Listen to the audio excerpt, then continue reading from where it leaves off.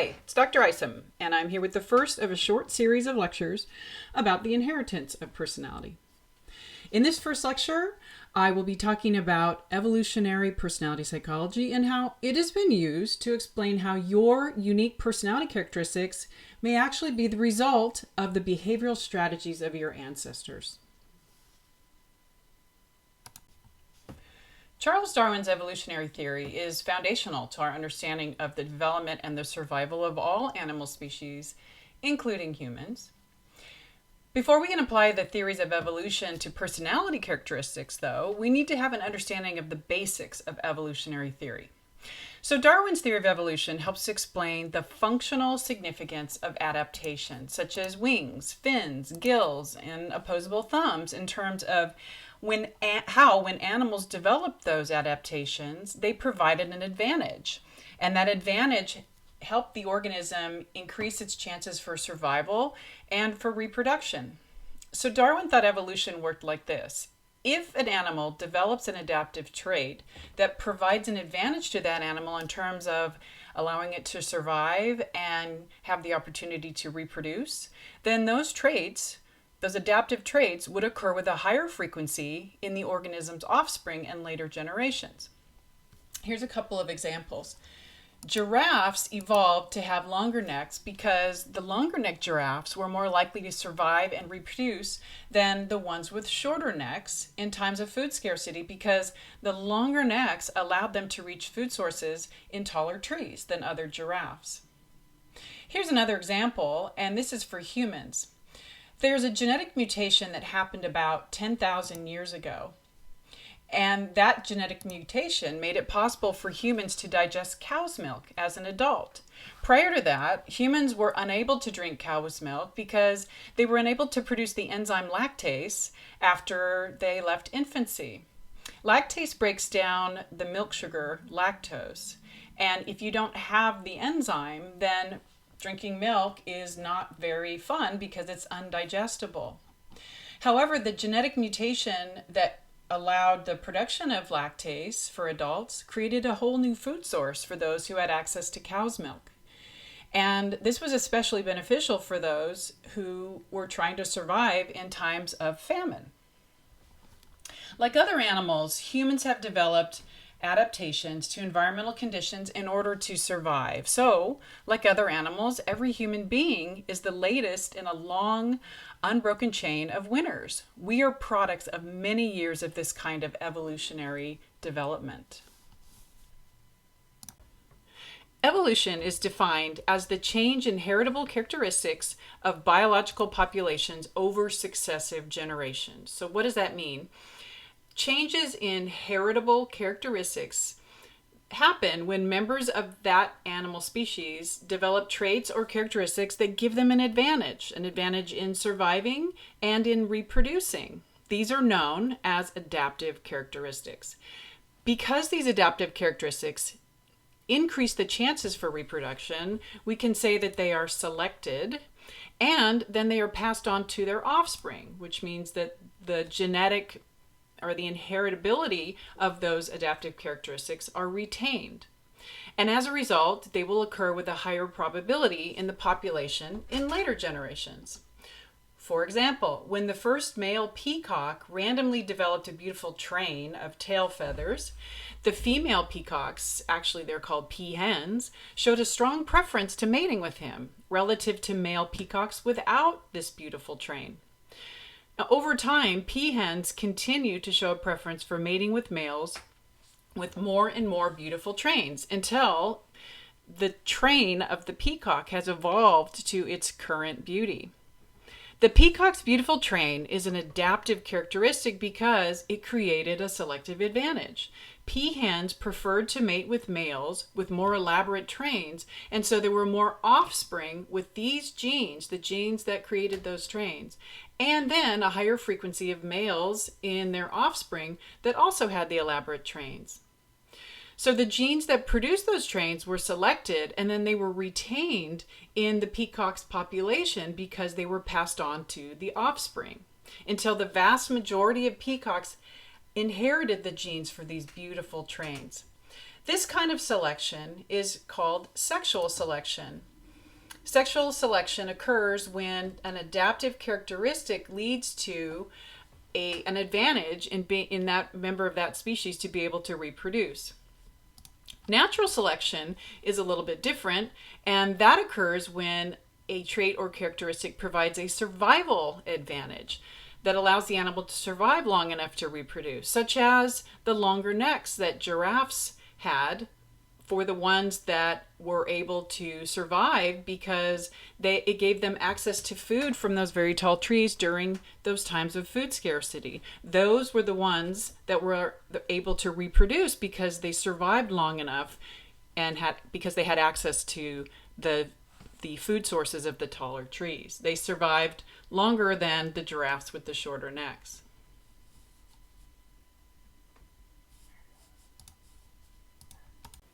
An important thing to remember is that evolution requires diversity or variation in the traits and characteristics in a species.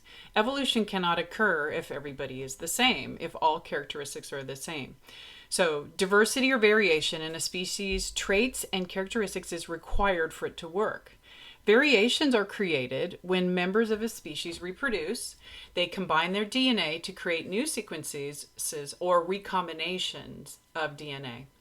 But another source of diversity is genetic mutation, and this happens by chance during reproduction, in which changes in the sequences of genes are caused by errors in copying DNA. So, as I already mentioned, variation in an organism's characteristics is required for evolution to work. Those traits or characteristics that don't vary in a species cannot evolve because everybody is the same. However, when there is variation in a trait, one or more of the variants or variations may provide an advantage or a disadvantage to the organism, affecting its ability to survive and reproduce. In these beetles, for example, the original beetles just had the yellow markings on the back, but a genetic mutation created some with black dots as well. In this case, those black dots were an adaptive characteristic because they freaked out the snakes who were their main predator. The snakes were afraid of them and chose simply to eat the original non-mutated beetles instead. As a result, the mutated beetles' black dots became an adaptive characteristic because more mutated beetles survived and were able to reproduce than the original ones because the snakes were too afraid of them to eat them. So the beetles with the black mutation dots were a product of natural selection because they had a survival advantage over the original non-mutated beetles, and the genetic mutation that created the dots then was retained and then inherited by future generations. So retention happens for traits or characteristics that lead to greater natural or sexual selection, which is what happened in the case of these beetles. The mutation that led to the black dots increased their chances of survival because the snakes didn't want to eat the strange looking beetles. As a result, more of them were around to reproduce and pass on and retain the genetic mutation that created those black dots.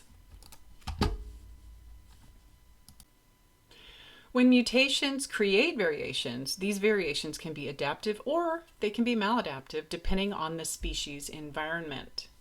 In addition, a mutation that was once adaptive to a species can become maladaptive if the environment in which that species lives changes. So you might know the story of the English peppered moth. It's often used to explain how selection works in evolutionary theory. And it's also a good example of how evolution can be non-directional, meaning it doesn't always lead to a better outcome.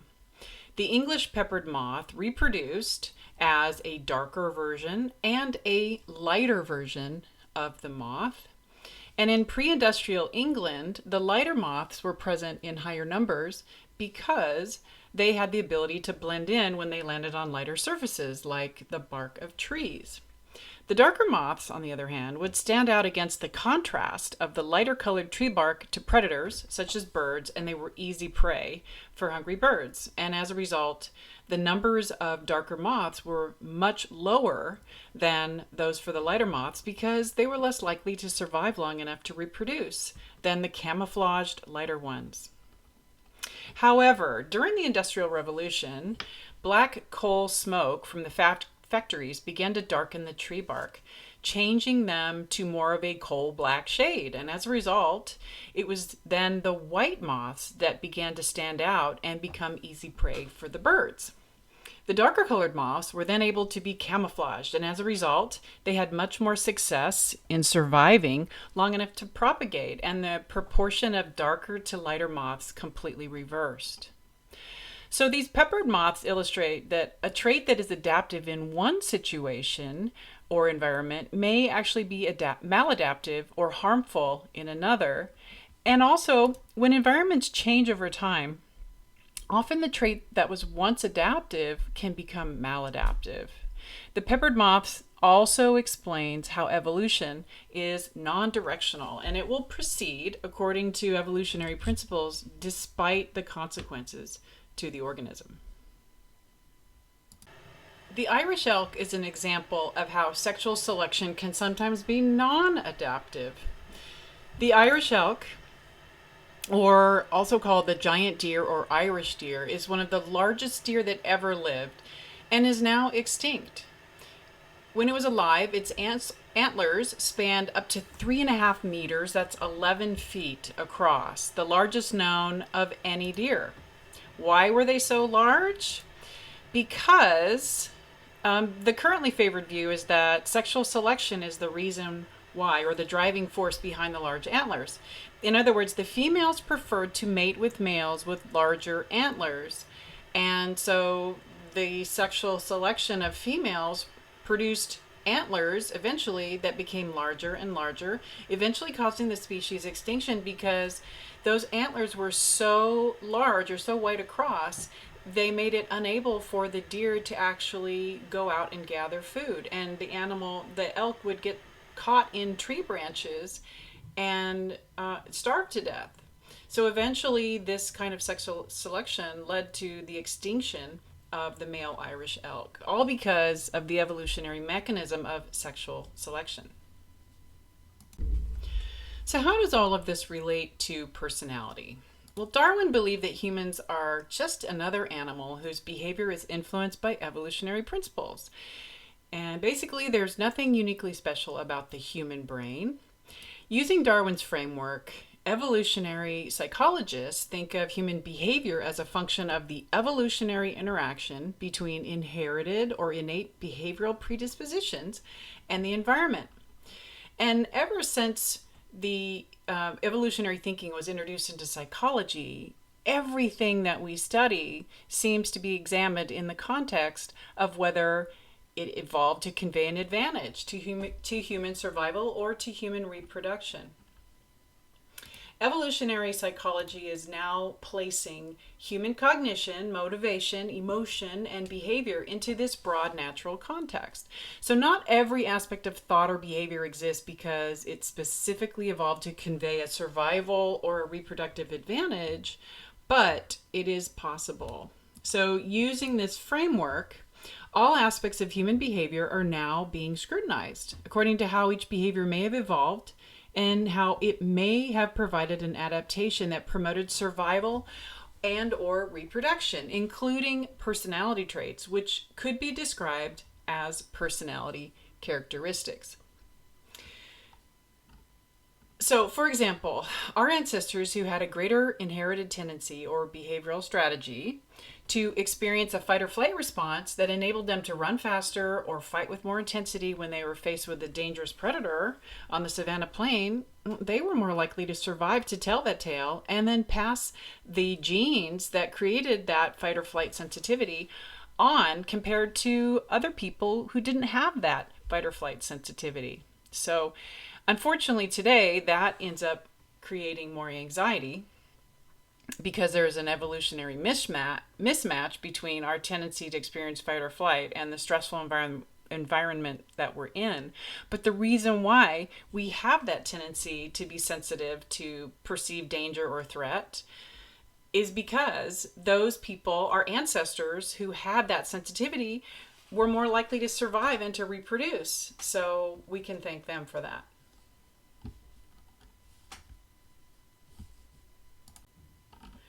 So how does evolutionary psychology then apply to human personality? Well, evolutionary personality psychology is a way to explain how patterns of human behavior, in other words, personality characteristics, which are patterns of behaviors, emotions, and cognitions, which you recognize as the psychological triad, have been inherited as a result of their survival and or their reproductive value.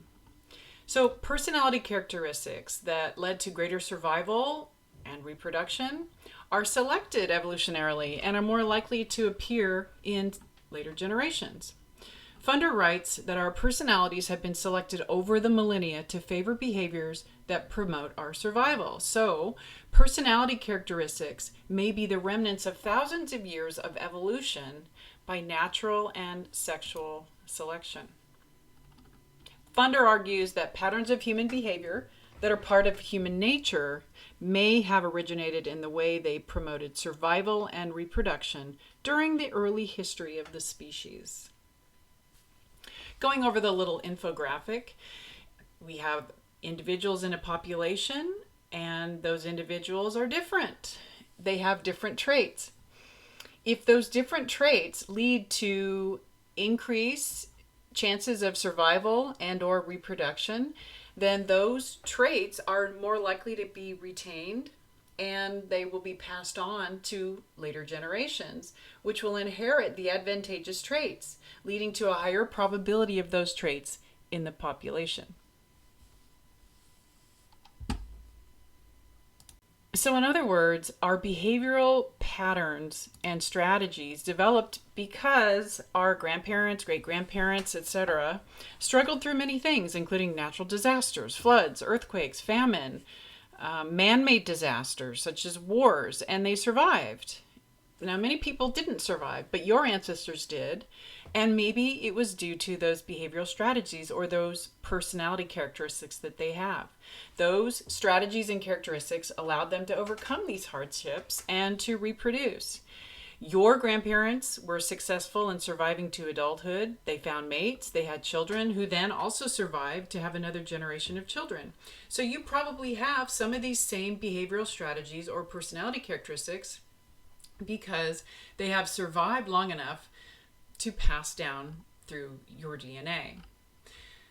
So the more a behavioral pattern helps individuals survive and reproduce, the more likely that behavioral pattern or personality characteristic is to appear in later generations. So here's some examples of personality traits that fit that pattern.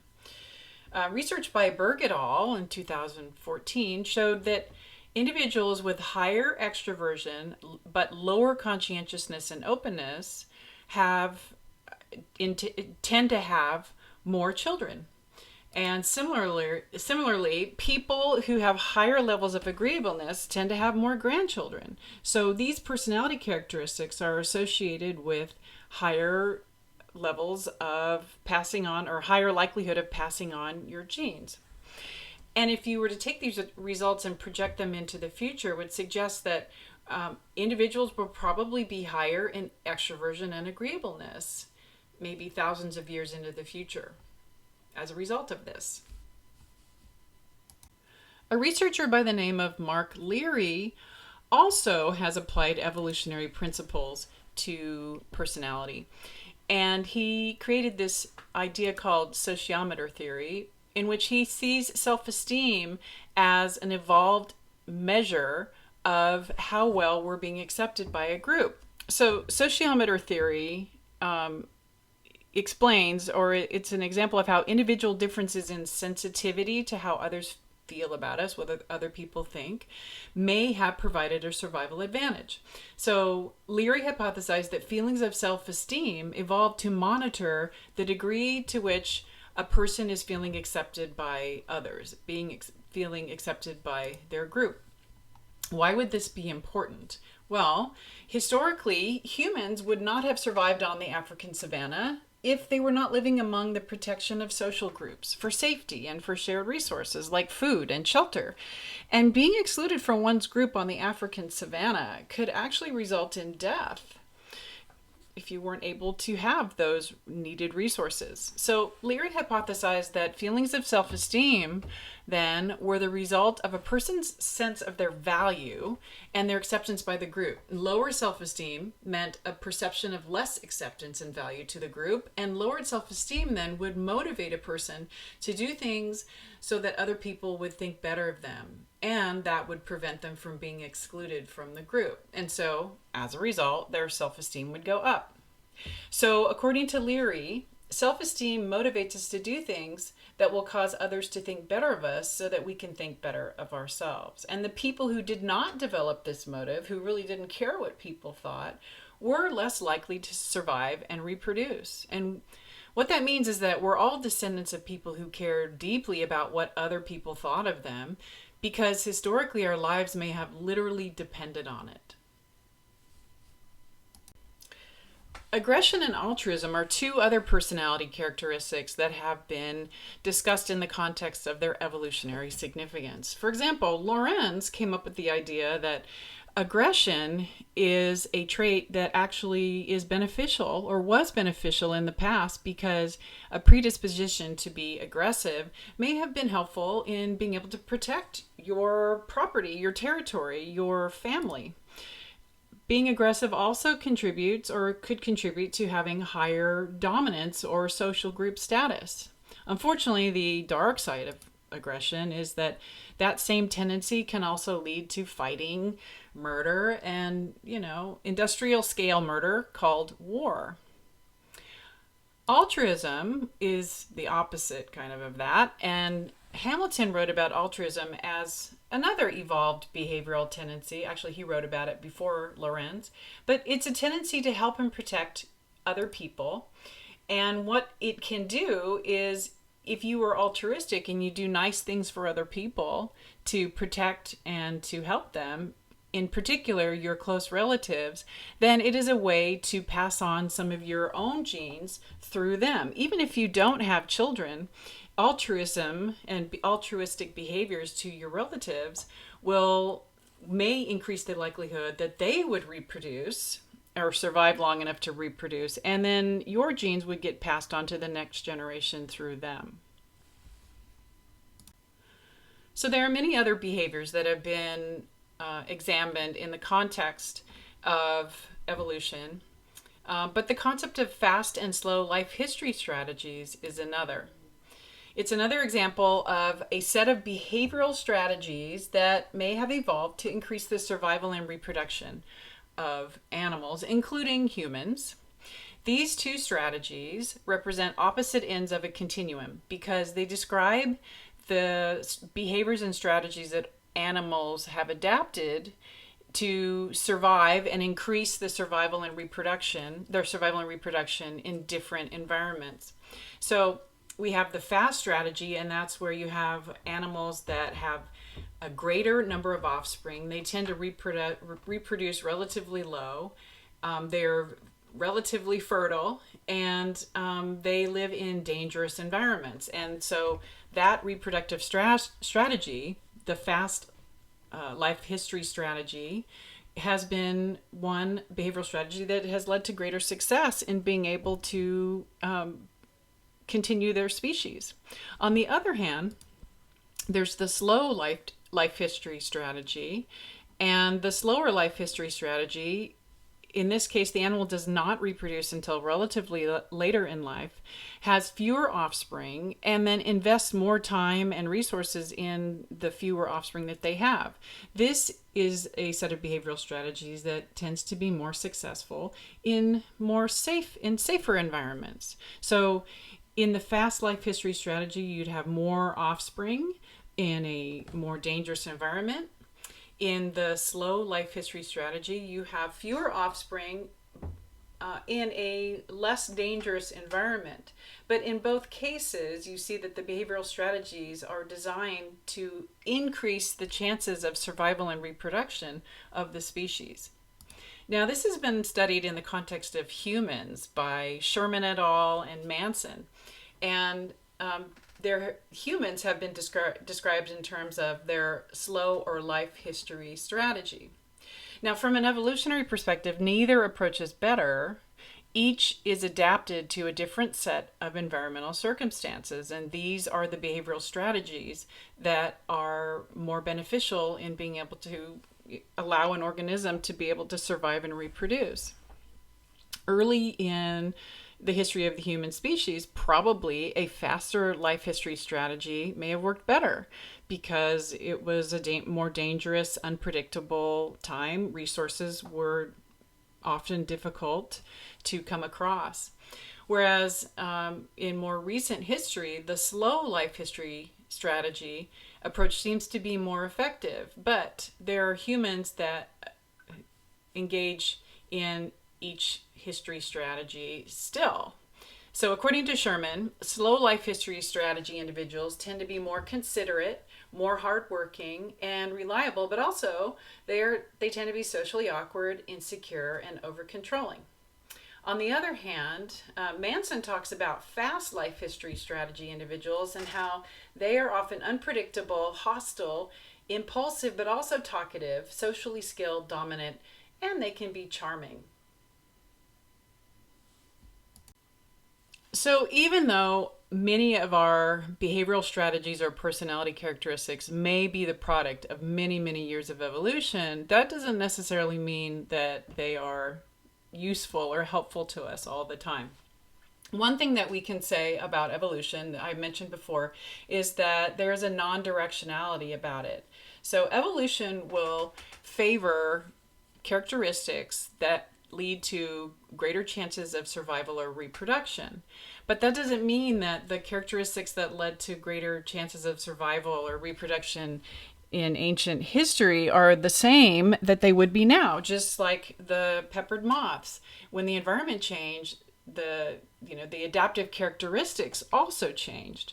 Now, in our current environment, even though having a higher fight or flight response can be helpful in times where you need to be more vigilant, or maybe when you're in a high risk situation, since we're bombarded with stressful situations, seems like practically all of the time, this tendency to be more vigilant may lead to dysfunction or psychological illness. We're not that different in terms of our physical makeup than the hunter-gatherers who roamed the African savanna. However, the traits that were helpful for survival then may not be necessarily that useful or as useful in our modern urban world. And like I said, they can lead, a very sensitive stress response can lead to a chance of developing mental illness in the 21st century. In many ways, the modern environment might be a mismatch with human history and the personality traits that were adaptive historically. So, if maladaptive personality characteristics or behavioral strategies tend to lead to lower chances of selection, then why do we still have them? Why are they still here in our population? Well, there are some hypothesized reasons for that. And one of them is that some traits that are perceived as maladaptive may also be beneficial or adaptive even in some environments. They might lead to more adaptive outcomes. So, for example, neuroticism, even though it's associated with depression and anxiety, it's also likely to be advantageous because it may also be life-saving due to its greater vigilance and caution. People with higher levels of neuroticism tend to engage in less risk-taking behavior. So it might provide an adaptive advantage in high-risk situations or other environments where you need to be more vigilant, and that vigilance gave a survival advantage that actually allowed the person to survive long enough to reproduce. However, in other environments, as we know, too high of levels of neuroticism can lead to needless anxiety. But that's one reason. Second, Some maladaptive traits may be influenced by a group of genes that also increases something else that is beneficial to survival or reproduction, maybe like fertility. So when we talk about molecular genetics, there are several genome-wide association studies, or GWAS, that have identified groups of genes that are important in different personality characteristics. Well, there may be a group of genes that is important in a personality characteristic like, let's say, impulsivity. And so even though impulsivity can be a very maladaptive trait, on the savanna plain, maybe it was useful because the high amount of distractibility that goes along with impulsivity may have been really useful in identifying potential dangers. People with higher levels of distractibility and impulsivity were more likely to detect potential predators and threats, and that led then to a higher likelihood of survival. Now, it's considered to be kind of a disordered behavior in current culture and society, though, that puts a higher value on being able to stay focused and, maintain focused attention. So a third reason why we might still have some of these maladaptive personality characteristics is due to the environmental mismatch that I actually just alluded to on the previous slide.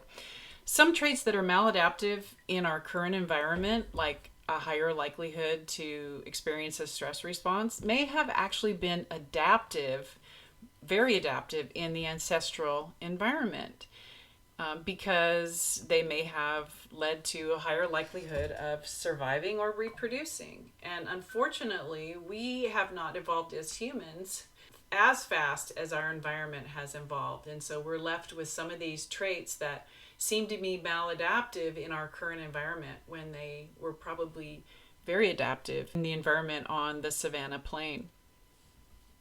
So, what conclusions can we draw about evolutionary theory and personality? So, to summarize, evolutionary personality psychology emphasizes the role of individual differences in three basic ways. And the first one is that behavioral patterns or personality characteristics have evolved as reactions to specific circumstances in the environment.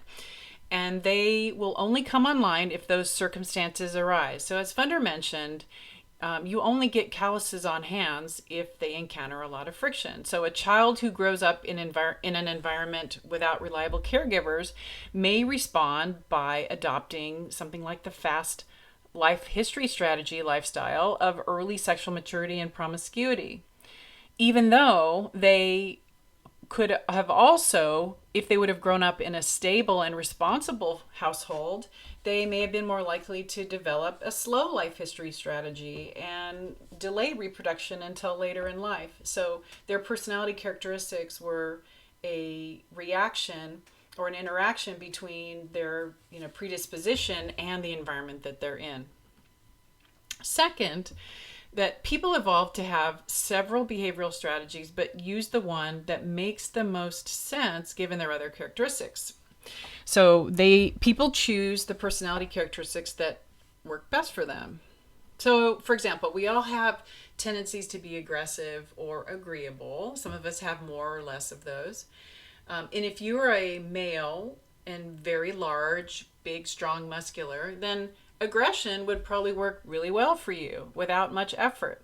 However, if you are smaller or weaker or less able to intimidate people, then agreeableness would probably be the best option for getting what you want. So our personality characteristics are also dependent on the other traits and characteristics that we have. And we're able to choose our personality characteristics based on those things. Another example is that physically attractive people may find that people treat them really well when they are nice and charming because of their physical attractiveness, even though physically attractive people also may have inherited tendencies to be aggressive.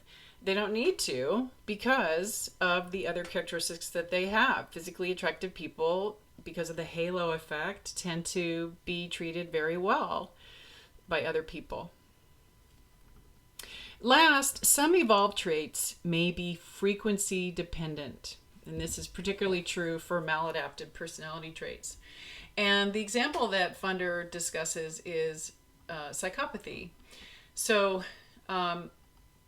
this is something that Mealy talked about or hypothesized about, in that psychopathy is a very maladaptive behavioral strategy or set of personality characteristics. And there are relatively few people with those characteristics, the ones that fit the description of psychopathy, because if more than a few people deployed those kinds of behavioral strategies, deception, manipulation, exploiting people, if there were a large number of people like that, then eventually people would become wise to it. And trusting somebody would not be a thing. And so eventually the psychopath wouldn't be able to get away with anything because they would never have the opportunity to do that. So the psychopathic strategy would eventually disappear. But the fact that it is so infrequent allows people with those characteristics to be able to engage in them. The thing that all of these three reasons for why there are differences in personality characteristics, even though a lot of those personality dispositions have evolved over many, many years of development, is that we are flexible. Human behavior is flexible. All of these describe the ability for people to choose how they will behave.